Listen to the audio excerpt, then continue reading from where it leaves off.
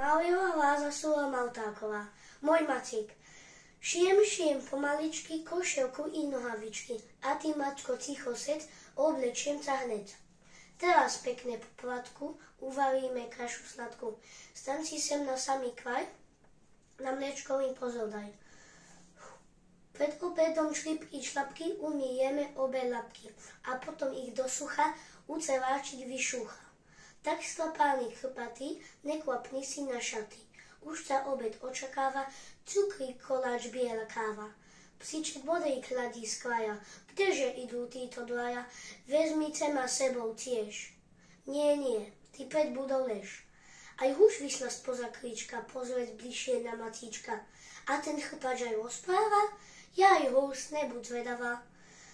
Malé kozla od koryta, ani sa nič neopýta, len nám Macka pozera, čože je to za zvera. Už sme došli potoku, pridaj Macík do kroku.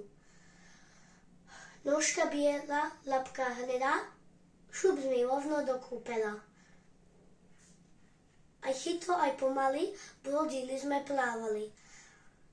A potom kopec na breh znova, upáliť sa do Kávova. Juj, nehoda veľká, stiahla voda Macíka.